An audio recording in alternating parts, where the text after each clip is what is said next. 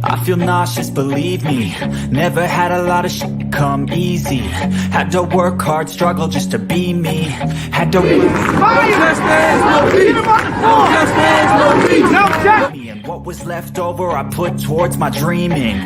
But the only thing in life that has meaning are the things you gotta work for, believe me. Take into your hands a plan, your own hands can land your own brand. And damn, I feel like no one takes accountability. They want the credibility, convincingly unwilling to put in the hours it takes to get some power. Don't be f***ing sour, take a cold shower. Scream until you're louder, work until you're prouder. And f*** all the doubters, they're just your downers. I swear to God they all let me down. I always fought. I can tell you that 7 years after Freddie Gray, that was 2015, spring, April, May. This is 2022. Communities like Sandtown, all we saw then and now in terms of investment was a renovated Western District Police Station and a new funeral home. That's what West Baltimore got. A new police station and a new funeral home. What kind of optics are they? Good morning. My name is Mike Haynie. I am filling in for the incredible Donnie Glover, who's down at the White House on assignment for BlackUSA.News. I host 60 Minutes in Black America each and every Sunday at 6 p.m., as well as Wake Up Baltimore every Monday at 7:30 a.m. And today we're talking about term limits, in addition to some other things. We have some remarkable guests on joining us today. And Donnie, travel safely. We're looking forward to what you bring back from the White House to Baltimore. But term limits in Baltimore, term limits around the country, term limits around our state have been things that we have been concerned about, has been something that we've been concerned about for a number of years. So today in the studio, and I'm excited that we already have Mr. Patterson, Giovanni Patterson, who spearheaded in Baltimore, along with, I think it was Fox 45 or Sinclair Broadcast that put money behind it. We're going to talk about that with Mr. Patterson in a few minutes. But just to give a bit of a backdrop in terms of term limits, for those that may not be familiar with term limits, it means that if you're a politician, in terms of being able to serve consecutively and contiguously in an office, there's a limitation. Be it one term as they do for the Virginia governor, or be it two terms as they do for the Maryland state governor, that you can't serve more than two consecutive terms. And it even goes in some jurisdictions to a point that after you serve your term limit, you can't skip a period and then come back and run again, which is what the Baltimore Question K is what it's called in Baltimore City. Question K. Special K is what we're going to call it, in terms of whether we finally get to a point, where the good old boy system and the pay to play, meaning that special interest rules the day, and that some of our aspiring, particularly young politicians have an opportunity to run for office because it's not something that someone owns anymore. So let's bring in first, and I see we have another panelist also, Miss Deborah Morris, and we'll find out exactly what Miss Morris claim to fame is and what she wants to talk about. But we're going to bring in Mr. Patterson first, so we can begin this term limit conversation. Hey, Mr. Patterson, how you doing today, man? Man, I'm doing well. How are you? I'm doing fantastic, man. I've heard a lot about you. I'm from Baltimore originally. Never have had a chance to meet you, but we've met each other today. And, Absolutely. what better, beautiful subject. And, I know that you've been doing a lot around school board, school initiatives. So I've been kind of like shoplifting a bit of your information and looking around you and seeing what's going on with you and your family. I think, was it you and your wife that were instrumental in the school board suit as well? Yep. So that's still ongoing. Yep. Yeah, absolutely, man. And hopefully we'll get a chance before you have to go. And I know that you're time limited today, even though we're talking term limit, you're time limited today. And so we want to respect that and talk to what it is that Donnie asked me to ensure that you came on the show to for as well. I want to bring in someone else. I'm not very familiar with Miss Morris, but Miss Morris, thank you so much. How are you doing today? I'm blessed, humble, and free. How about yourself? I am absolutely humble and free and blessed as well. Thank you so much for being on the Donnie Glover Morning Show today, talking about term limits. And give us a little bit about your background, Miss Morris. Well, I'm a recent transplant here to Maryland from Philadelphia. Just about a year, 2 years now. And I am a senior civil rights activist. I was one of the individuals that was in Raleigh, North Carolina at Shaw University, sit-ins. I also walked, one of the help organizers of the Million Man March, my husband and I. We also were very active in the legislation change in Philadelphia.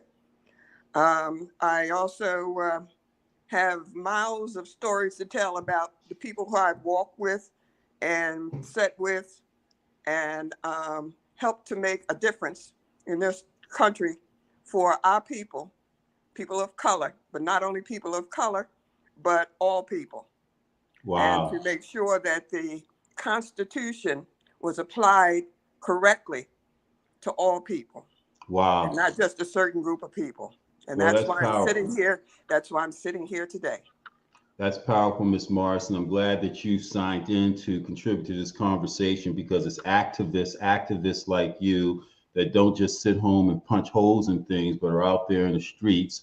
And it sounds like you're a show all into yourself, particularly as you said, with the miles of stories. I want to hear just 2 or 3 miles of those stories that you have, because I can imagine they're compelling. And Philadelphia politics is not for the faint of heart. I know that. My sister lives in Center City at 5th and Spruce, man, for years. Fortunately, she didn't convert to be an Eagles fan, but in spite of that, we're going to let you stay on the show anyway. I never You know what strike. I'm saying? That, you know, it's all good. It's all good. But let's start off with this term limits conversation. And Mr. Patterson, because you have been instrumental in it, why don't you give us a bit of backdrop in terms of term limits referendum question K on the upcoming general election ballot? Give us a bit of backdrop in terms of why you advocated for term limits here in Baltimore City.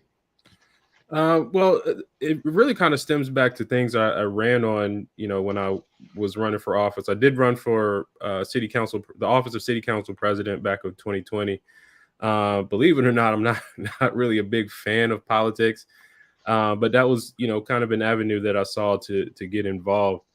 But one thing that one of my objectives was, to bring, transparency and bring back the civic engagement back within our city hall. One thing we notice is that a lot of our politicians today say the people don't know how government works. So what happens is that there's this disconnect between the government and the people that they're supposed to serve. It's like they're almost, battling. Like there has to be this kind of elite class, these certain type of people to go or to be politicians, because the rest of the common folk don't understand how politics work or how government works, when government is really supposed to be for the people and by the people. So if we've gotten to that point where the common people, the common man or the everyday person or everyday citizen of Baltimore doesn't know how government works, that's a huge problem. So, one of the ideas behind, term limits is saying, hey, let's return power back to the people. Let's get, people back involved. And our organization piece is called People for Elected Accountability and Civic Engagement. So that civic engagement is just getting people back involved, getting people back excited about the civic process, and that it really is to serve the community and not just these political careers that create these political statues, that we can see in office today. So, the idea of term limits, I think it's just healthy for good government, and it's just following the process that has been adopted in a lot of other major jurisdictions. I just think it's a good move to help Baltimore out. Hey, well, great, man. We'll get back to peace, which you represent, and we also want to get Ms. Morris' perspective on term limits. Are there term limits in Philadelphia, Ms. Morris? And what is your perspective on term limits? There were term limits, not term limits, in Pennsylvania, and we fought to have term limits. And that was one basis was because of nepotism. And nepotism, once a person is in a seat for so long, it begins to be favored to a certain group of people, and certain group of people are eliminated from any kind of legislation that is developed or put in place. Same way with other parts of the country had term limits. That's why it was years ago a suit was ensued for the states. And if you go back to, that's when I have to piggyback on the gentleman in terms of individuals really don't know legislation and should know and understand, because term limits goes back to the Constitution. And under the Constitution, it says, no state shall imply any, or the supremacy clause in the Constitution says no state shall develop any kind of legislation that would deny persons' rights of equality. And under that, when you develop something like that, and you cannot speak with the person that you elected, and they serve your, you have a need, then it comes back to they're violating your constitutional civil rights. Wow, that's powerful. That's powerful. Ms. Morris, let me ask you a question, simple question, before we go back to Mr. Patterson with a question. Michael Nutter, right? Wasn't that your that's former my mayor? kitchen. Wasn't Mr. Nutter your mayor up there in Philadelphia? Yes. What kind of mayor was he? Okay, Mayor. Okay, so how many terms did he serve? 2. Okay, was that because it was a limit, or because you all got sick of him and you voted him out? We got sick of him. Okay, well, good. So, Mr. Patterson, so is that not the solution sometimes? And, you know, what I feel as a commentator is irrelevant to what the people and the activists feel, so I try to keep my commentary down. But why can't we vote out people after one term if we feel they're ineffective, or deem them ineffective, or after 3 terms if we deem them ineffective? Why are term limits a necessary mandate in a city like Baltimore from your perspective? Well, again, I think it just goes back to just having healthy and good government. I think there should be some guardrails, but one thing is, yeah, we may have someone that we like, and probably, and after a while, like maybe the term should be ended, because it doesn't make room for like new ideas or just progress, really. Like, I mean, look at the United States. I mean, the president of the United States is limited to 2 terms, right? If we have a great president, for 8 years, that's still the limit. Why aren't we saying for Americans, as a country, that the people would just vote the person out if they're going the wrong way? I mean, again, I just think it's good government, and really is to avoid these career politicians, right? Because the goal is for the politicians and the government to serve the people. And after a while, when you're making a career of it, you're just fighting for your job. You're just fighting to keep that position, that status quo. That's a great point, Mr. Patterson. And I want to get back to you specifically because you represent people for elect accountability and civic engagement, right? That's what PEACE stands for, right? And I want to talk about that. And was that the impetus for getting question K on the city ballot? Yeah. So, I mean, so the name of the I want you to hold at the yes, and then we can quantify it. I want to get Lou and Christina in so that we can have a good, robust conversation with you, since that was the impetus. You said yes, that PEACE was the one that carried this forward. And I want a real, I came up with robust the name of the conversation. organization. Huh? So I came up with the name of the organization. Yeah, but weren't you the one that weren't you the instigator of Question K in Baltimore City? Yes. Okay, great. So we're going to come back to you and ask you a little bit more specifics regarding that in Question K and Sinclair Broadcasting and the Smith family and the Patarakis and Brandon Scott referendum that didn't pass, et cetera, because there seems to be, a bit involved with all of that. But Lou Fields, man, thank you for coming on, Lou. How you doing today? Doing well. Thank you. Lou, you always look like you are President Obama behind the White House desk, man. Lou turns from the left to the right. He's got so much stuff going on, right? But it's always good to have someone like Lou in the studio with the history that he has of our city. And Lou, you know Larry Gibson very well, right? Yes, sir. Yeah, Larry Gibson is a historian like you, Lou. And Lou, and from a city perspective, man, give us your take on our politics, man. Our politicians, as concise as you can. Let's start from, was Kurt Smoke the first elected Black politician in Baltimore City? The first Black elected mayor.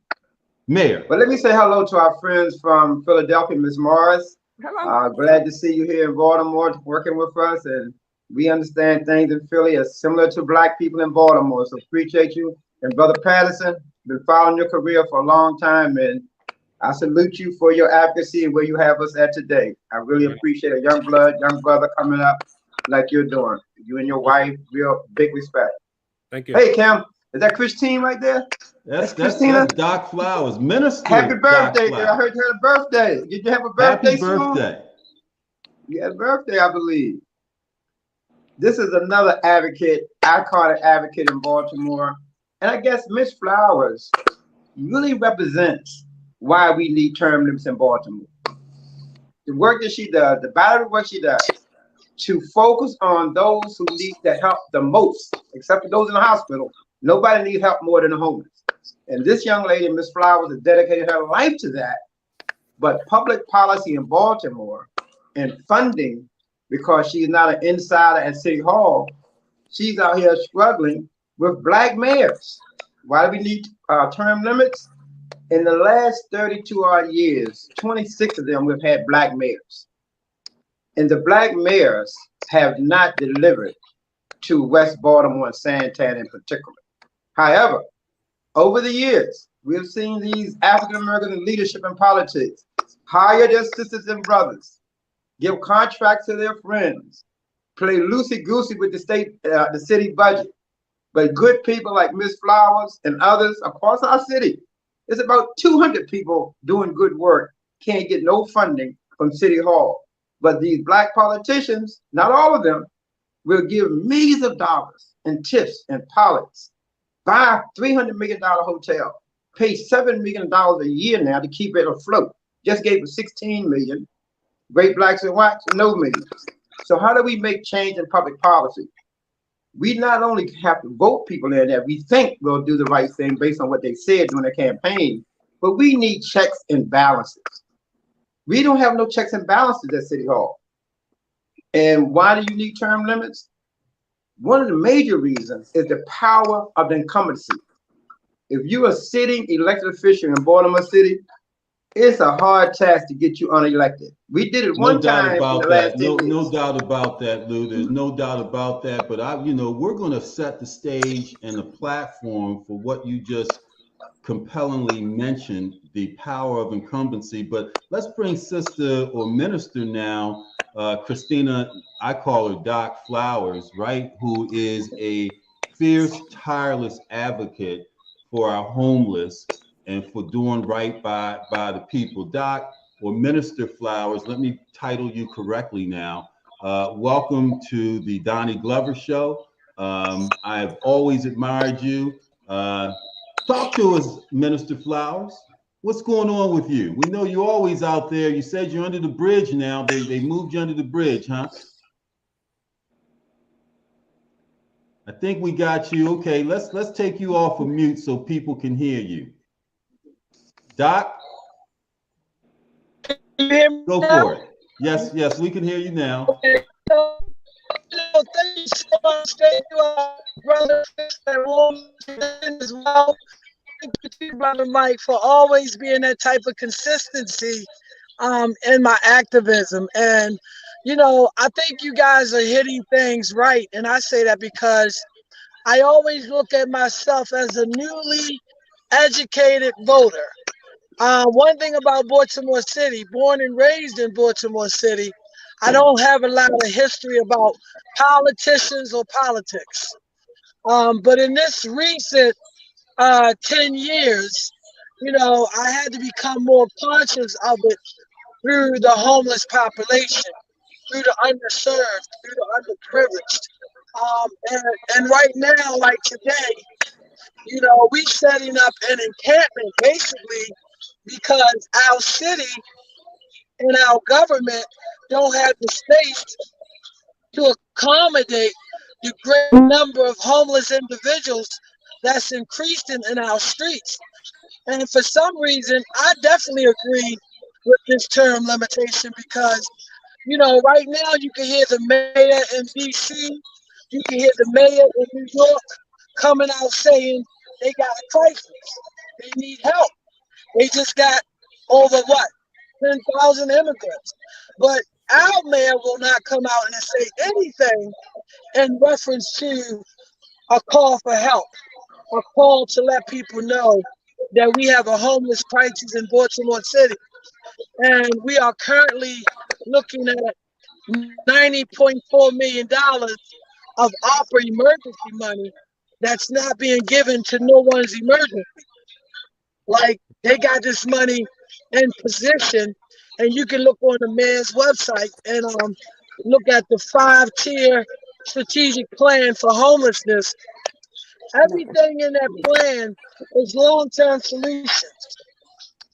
Well, Everything in that Minister Flowers, we're going to give you a chance to talk to us more in detail about that. And as you said, why term limits are needed, because maybe when people are motivated to do the right thing because they know they have a limitation yes, to get things done, that we see a different sense of urgency. But to Mr. Patterson's having to leave us in a few minutes, and as he mentioned, he's the one that started this, right? My question to you, yes, Mr. Patterson, you started this, but you also were funded by Sinclair Broadcast, right, to the tune of almost $400,000 to get the signatures necessary to get this on the ballot. Is that correct?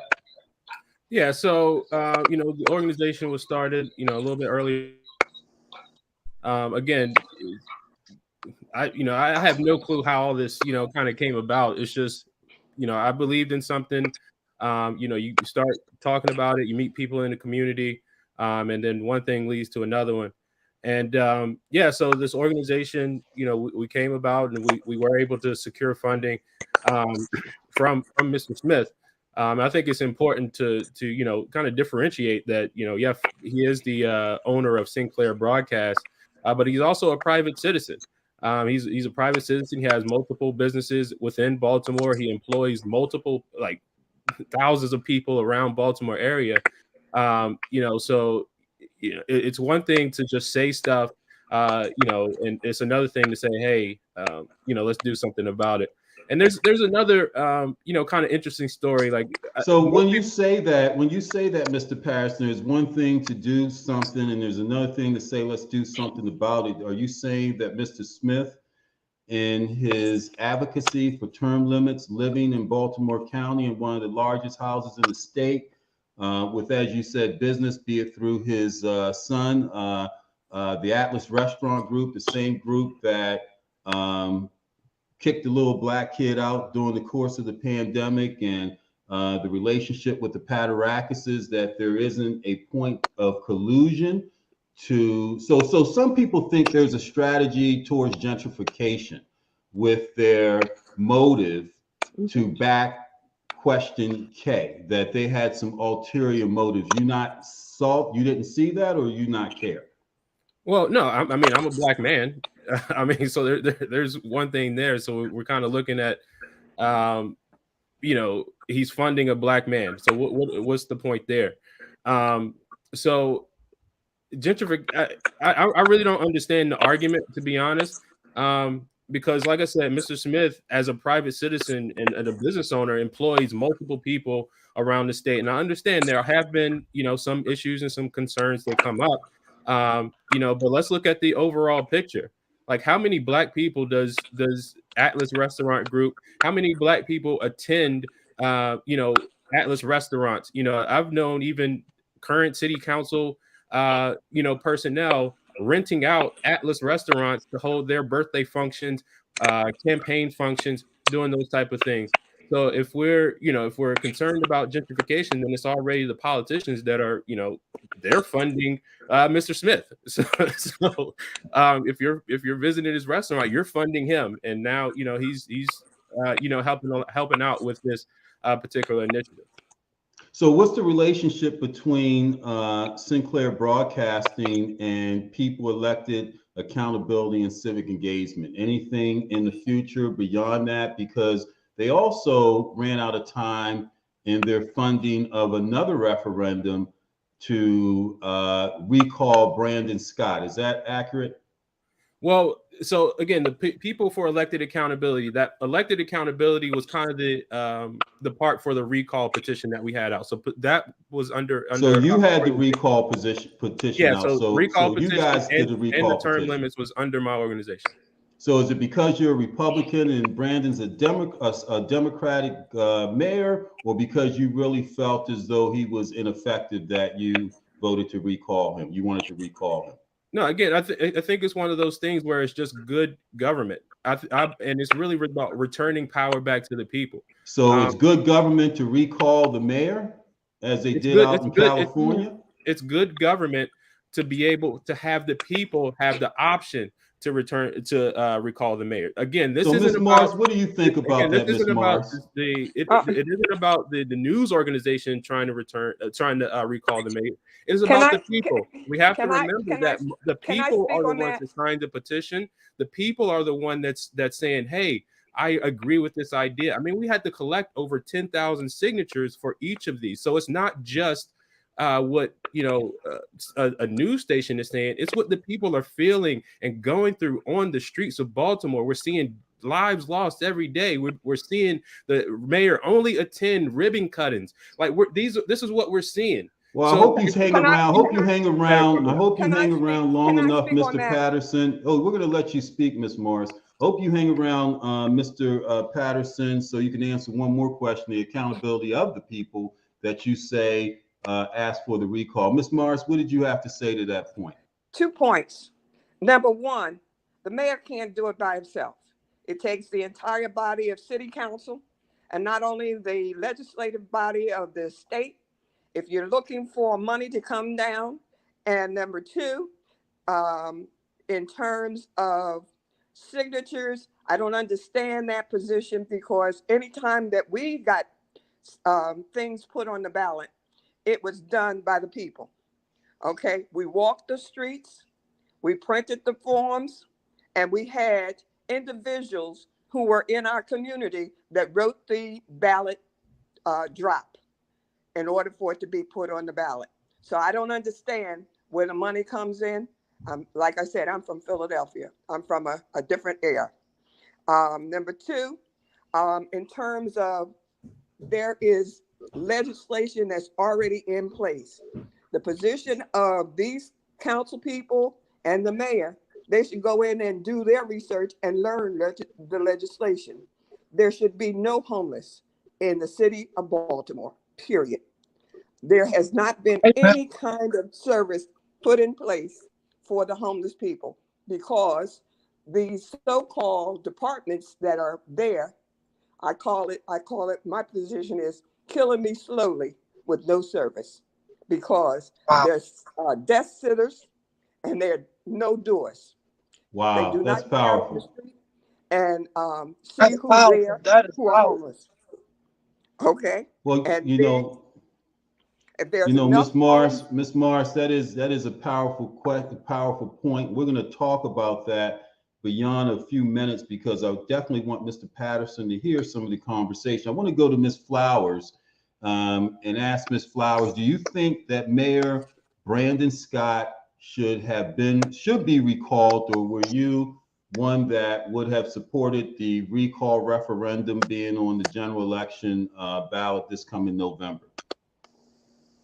Well, I'm gonna have to back off my powerful sister, Miss Morris there. One thing I know for sure is the mayor cannot do it alone. But we also have to be mindful of some of the characteristics behavior, like even recently, when they were dealing with the change of the Safe Street agenda, like closed door meeting and didn't even bring in the city council president. And once the city council president made that public, it really, it could really put a lot of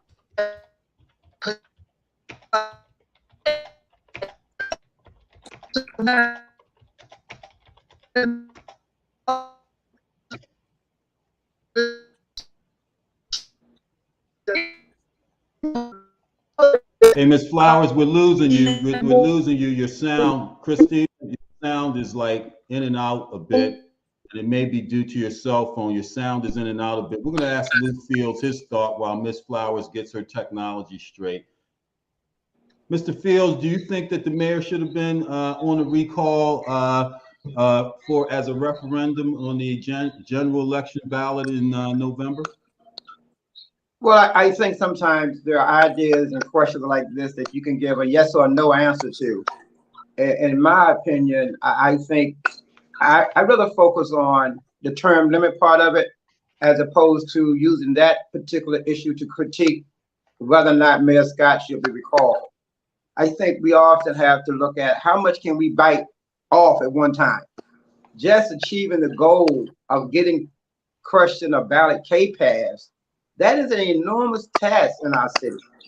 In the last primary election, 148,000 people voted.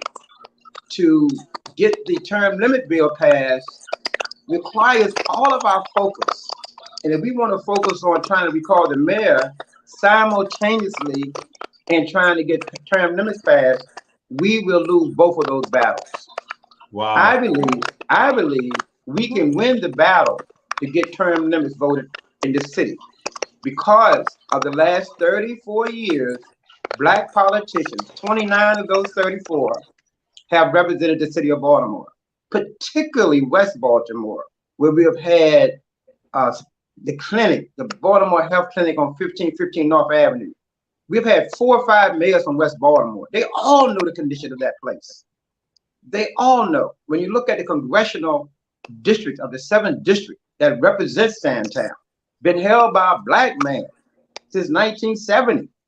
They all know the conditions, but they have looked towards waterfront development, pay to play. Let's govern in a way of we're trying to get reelected at the same time.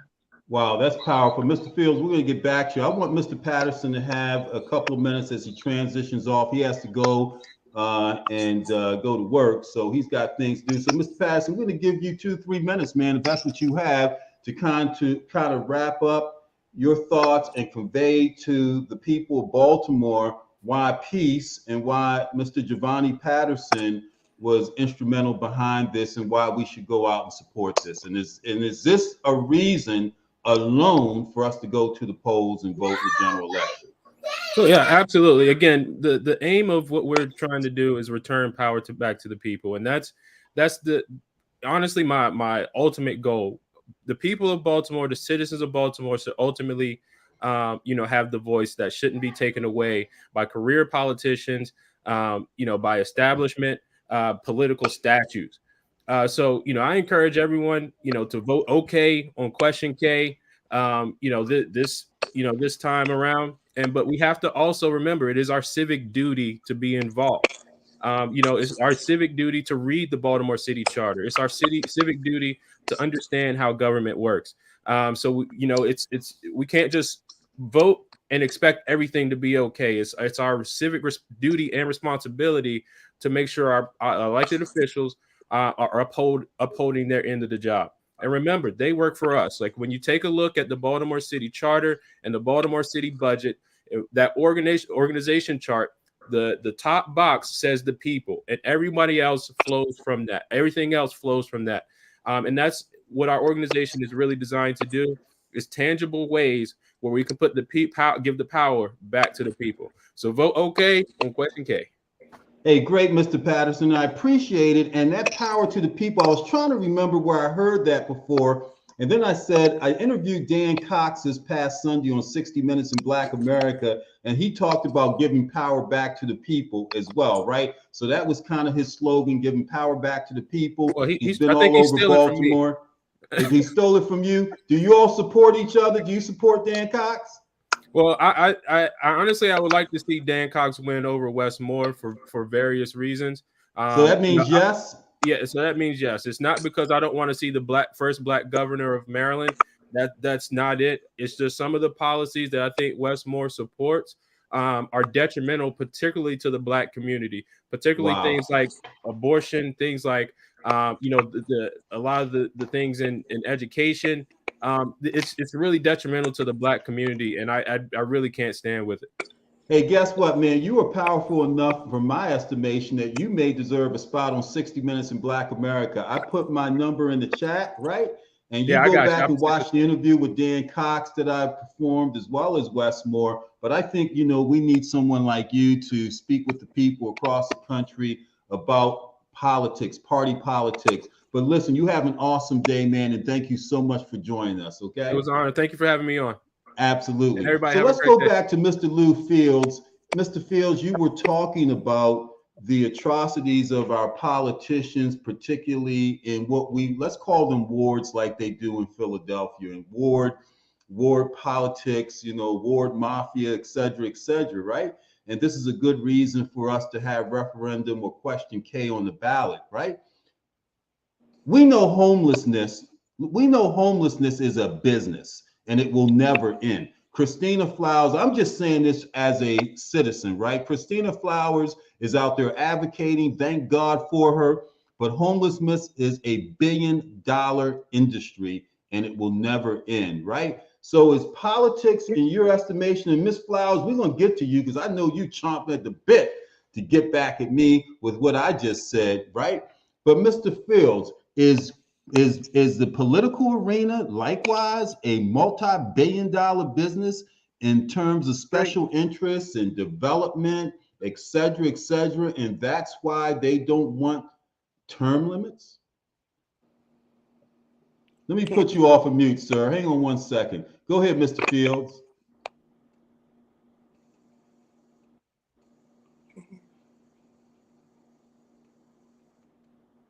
Mr. Fields, you're on mute, man. If you can hear me, you're on mute. Yeah, the other side of that coin that you just described as a $1 billion sector in our nation's economy, public policy, there is also another side of that coin. It's the comfortability, it's the intrigue, it's the intangibles of walking into any place in your city and not having to pay because you say, I'm a city council person. I represent the elected officials, the community. I come in and I'm not paying for anything.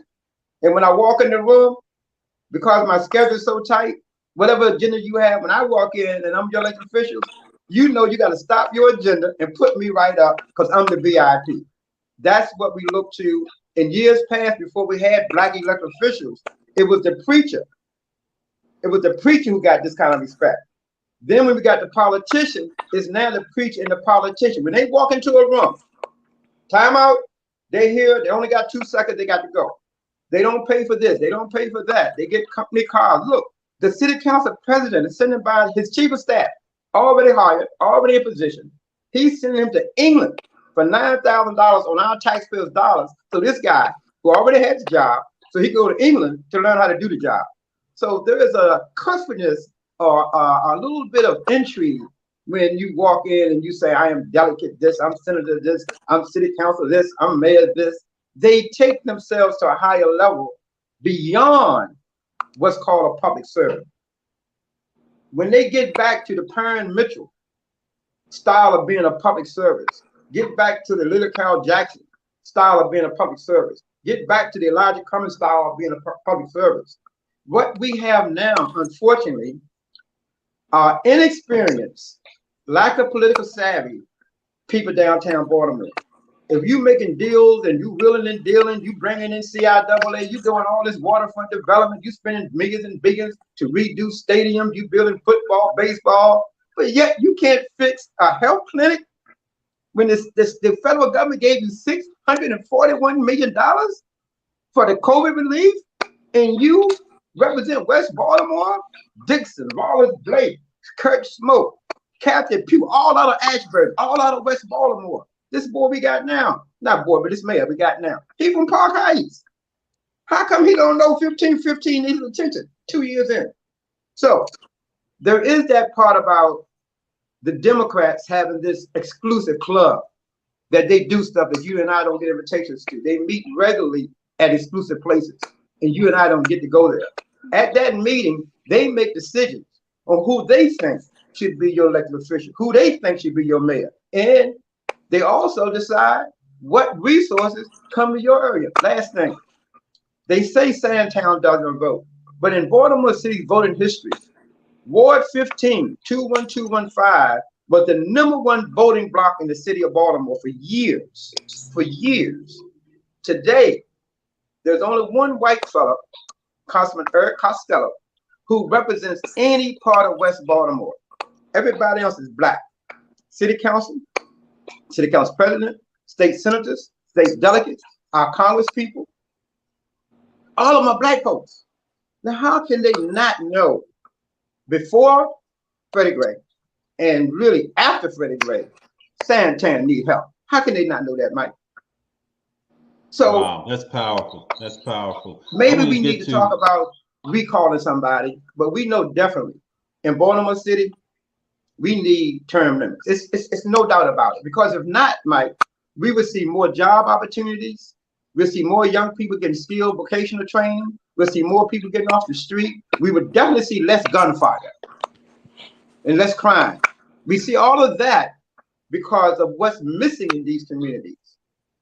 You see, you take a black community that has the right stuff going on, more home ownership, city services, young people getting a quality public school education, getting on to a community college or go technical school or going somewhere and learning something. Those communities stabilize and sustain themselves. You take a community like Santan, Penn North, Green Mountain North, and you take out resources, you get what we're getting every day. And who is in charge of the public policy? It's not Republicans. A Republican hasn't held office in Baltimore City in 60 years. Can't blame them. It's not white folk. Ain't no white folk represent Penn North for a long time. Eric Costello got the bottom part of it, but you know his interest is Federal Hill, Riverside. He ain't worried about Pennsylvania Avenue. So we have to look at who did we elect over these 30 years to be in charge of improving the quality of life and people who they say don't vote, but they pay taxes. Everybody paying taxes in Baltimore. Everybody in Baltimore paying utility bills, cell phone bills, taxes, this, speed cameras, this. We paying. We are paying. The poor of Baltimore pay heavy. So why aren't we getting better resources and better attention from our elected officials? I tell you why. They know we have limited power once we elect them in. Wow. Once we put in a brother called Brandon Scott, the things he ran on, the things he promised have long gone away. He went out of town and hired everybody out of town to be his deputy people. Hardly could find some Baltimoreans money things down there. And what happens with that?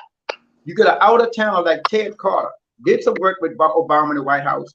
Well, Scott gives him the deputy mayor position. So people like me, small business people, economic people, chosen people, we asked to meet with the mayor. The mayor said, you meet with this guy.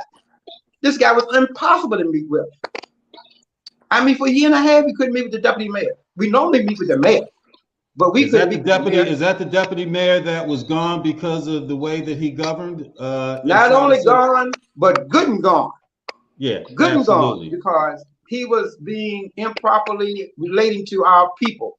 And so what I'm saying to you is people like Miss Flowers, should be heading up some damn homeless position downtown Baltimore with not only a budget to do the work, but a freaking six-figure salary so she can take care of her house. Are you saying to me, and we're going to unmute Miss Flowers now, you saying to me that she should be the one that should be in charge of the homeless Yes. bureaucracy of Baltimore City, and that's what we Yes. should do? We should look at the advocates and elect them? Well, words are so important. Miss Flowers doesn't have to be in charge of the whole thing, because the city department, housing, community development, is going to be in charge of everything. But she surely could be a paid consultant, a paid liaison, a spokesperson for the people she done dedicated, I guess, 20 years to help out. So what do you think about that, Miss Flowers? Like that? Miss Flowers, what do you think about that? Well, one of the things I can always say about that is when it comes to transparency and accountability, you have to have the people interests at heart. And when I think about our homeless population, their voices have to be heard. And when you're looking at the issues that they face on a daily basis, it has to be a certain level of compassion. It has to be a certain level of righteousness.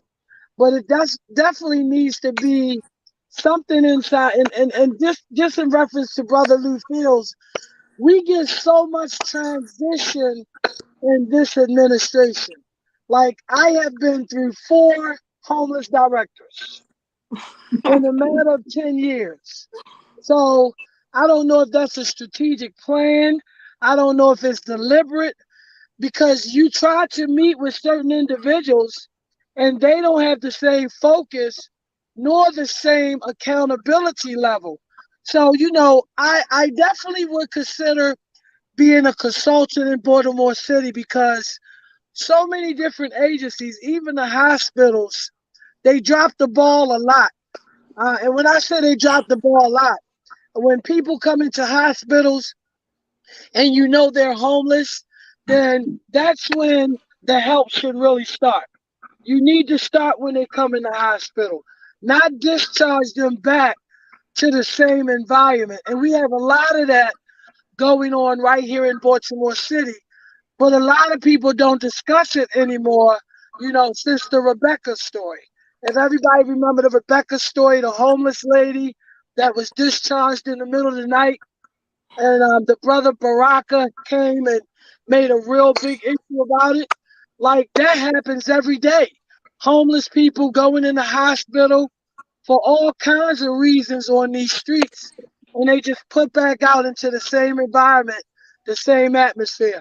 So I would definitely consider being a consultant for Baltimore City Homeless Services. So let me ask you, Ms. Flowers, to what I made a statement to, and then we're going to go to Ms. Morris and ask Ms. Morris about her political feel for the state and the city.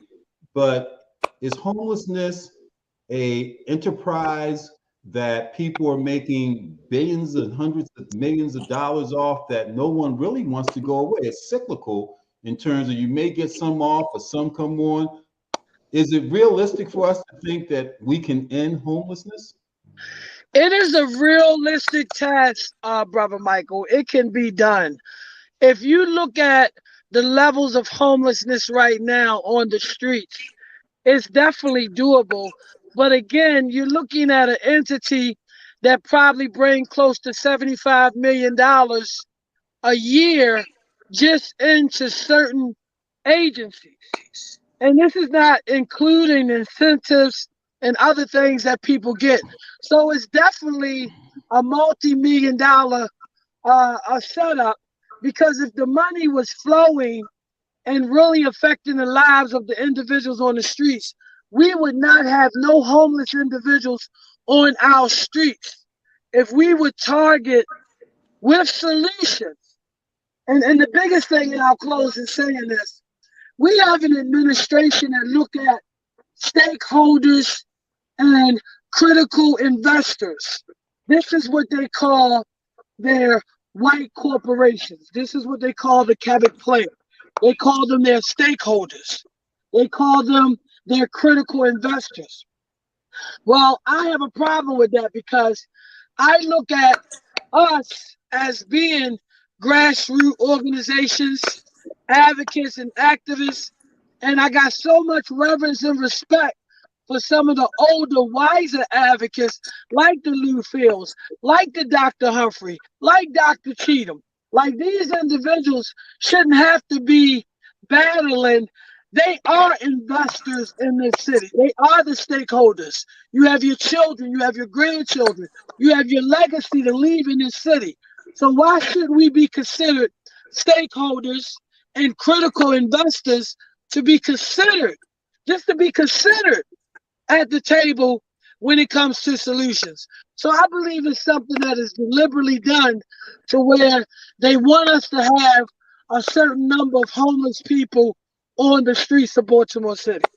Wow. So, Miss Flowers, Doc Flowers, Minister Flowers, and you deserve it all, man. And I've always been supportive of your advocacy because Yes. of you and your energy. And I understand exactly what Mr. Fields said, that your passion and commitment, maybe if we did have you down there with some real power, we could get some real solutions, right? We're going to come back to you with a question relative to our political climate in the state and whether it's going to be effective for you. But I want to go to Ms. Morris first, right? Final question for you, Ms. Morris. We have an opportunity in the state of Maryland, which should affect the city of Baltimore, to elect the third Black governor in these United States of America. The third Black governor elected in these United States of America, we have a chance to elect. He's campaigned on education, he's campaigned on crime reduction, and leaving no one behind in Baltimore City.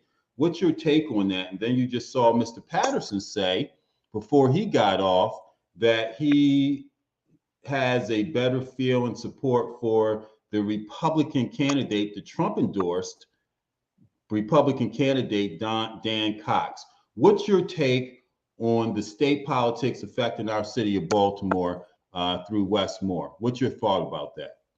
First, I would like to say, like the young lady said, and my slogan is, where there's pain, misery, and suffering, there's a profit to be made. That's number one. As far as the difference between the Republican and Democratic parties, there's a significant difference between the Republican and Democratic parties at this time in this country. Simply because there is the stakeholders that are still in that old Trump mode, that the Constitution doesn't matter. If you look at you line up in terms of Mr. Moore, who I am supporting and who I am asking to come to our facility on the 1st to speak and to give his opinion. It's going back to the old way of the individuals who we elect. We want to know, and we want you to know us. Primary example is that if nobody knows, we asked also the Masons to come and be present. As the councilman stated, our councilman, who I live in, and I've been here since October of 2021 in this facility, which is a senior centers, a senior development, and 21217. We've had a difficult time even reaching out to him until I put a call in him to him as to say, either you come here and meet with us, or we'll come and meet with you and shut you down. At which time he came and met with us. There's an air over in this area that if you know about this, I guess I'm finding out about it. It is an area that, in terms of, yes, majority of African Americans represent us, but they're not doing anything to stabilize this community in terms of people of color. Most of the people of color that live in this area are primarily not stakeholders in terms of owning their properties, but what? Renters. And the rent in this area is so significant, but there's money to subsidize the building of these houses and renovation of these houses that the councilman has never put out to the people. or lit So or whatever. to the question, you said that you're supporting Westmore, and Yes, that you're supporting Westmore, and Westmore, you've asked him to be at our work with. facility on the 1st of October. Okay, and I don't think that you didn't say that there was an ultimatum offered to him. Is that what you were implying? Pardon me? Did you mention an ultimatum No, to the councilman that's here, to the Costello. councilman? Who's your Yes, councilman? Bullock? no, Costello. Costello. Okay, okay. Yes, So you offered him an ultimatum. And yes. so Miss Morris, I really appreciate you being here. I think Miss Flowers left on us. I'm going to give Lou, she'll hopefully come back. I want to give Lou Fields Lou, I think we got a couple minutes left. I want to give you 2 minutes as well to give your perspective on state politics affecting city politics, and whether to Mr. Giovanni Patterson's point, is Westmore going to be a asset to Baltimore City, as many people feel that he will? Lou? I would hope so. Here again is what we have to do. We vote, right?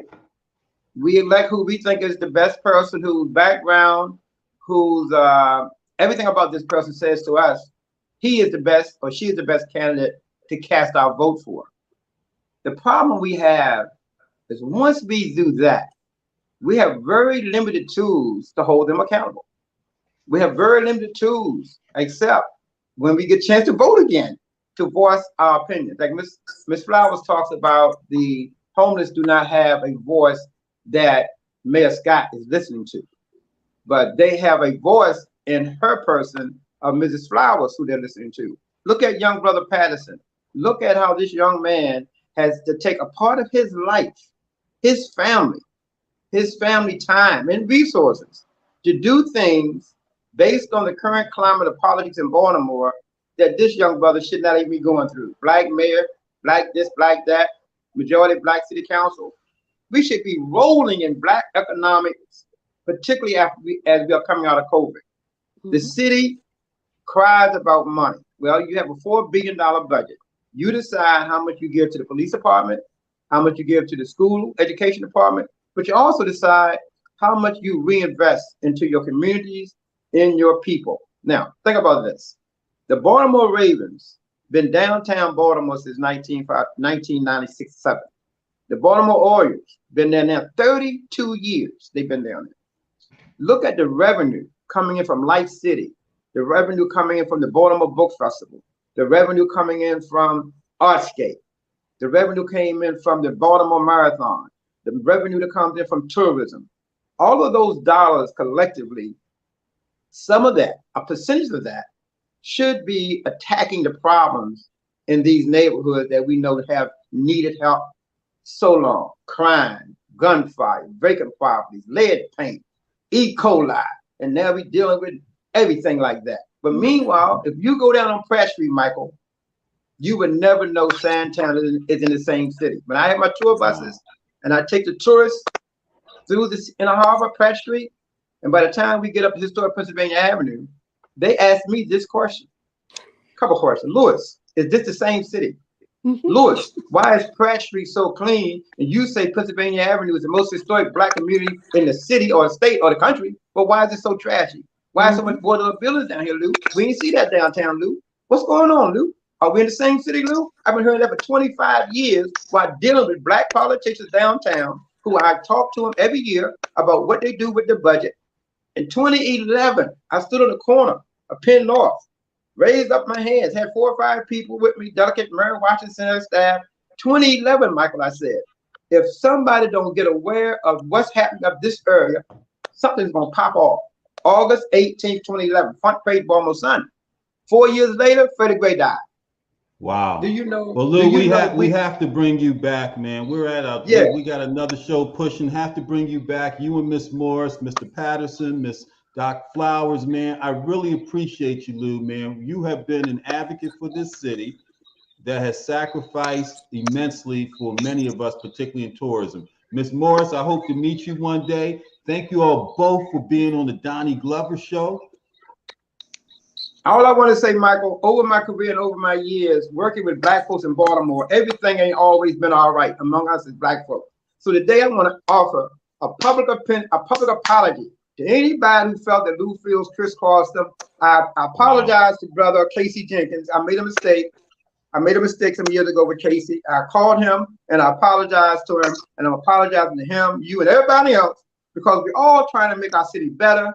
And sometimes with black folks, we have a little friction, but we have to work together and rise above the little stuff that we might have had happen 3 years ago. So that's what I wanted to say in closing. Hey, let's say it's okay to vote for okay. Lou, this is the good thing about this, and I'm gonna take a minute to go off of that, because that's the most powerful part of this broadcast, is when we as a people come together and collaborate and can admit and apologize, and understand versus always wanting to be understood. And I commend you as a man for what you just did, because that's a powerful thing. And I'm going to ensure that this is played again, because it's documented. This is a tape, man. And this is something that, I can't tell you, it almost has me in tears, the appreciation for you being a man to be able to admit you said when you're wrong and to apologize for any differences you may have with others. Thank you both for being on the Donnie Glover Show. My name is Mike Haynie. Today we talked about Question K. The bottom line is November 8th. Go out and vote. Go out and vote. Go out and vote. It's important that we vote as a people. Also, this Sunday on 60 Minutes in Black America, as I mentioned, we are talking about returning citizens, particularly those that have been wrongly convicted and watched. My name is Mike Haynie, your host of 60 Minutes in Black America. This Sunday, we'll be talking about wrongly convicted people in our judicial system here in the United States. Joining us will be Orlando Trey Jones III, who was convicted 37 years ago for a crime he didn't commit and just was recently released. Hear this story, click on this link to watch us live this Sunday at 6 p.m. on 60 Minutes in Black America. Thank you all for joining the Donnie Glover Show today. Donnie, thank you so much for allowing me to host. Lou, you have a great, wonderful weekend. Miss Macy and Mr. Patterson and Doc Flowers, thank you all. Have a good evening. Thank you, Michael. I feel nauseous, believe me. Never had a lot of shit come easy. Had to work hard, struggle just to be me. Had to and what was left over I put towards my dreaming.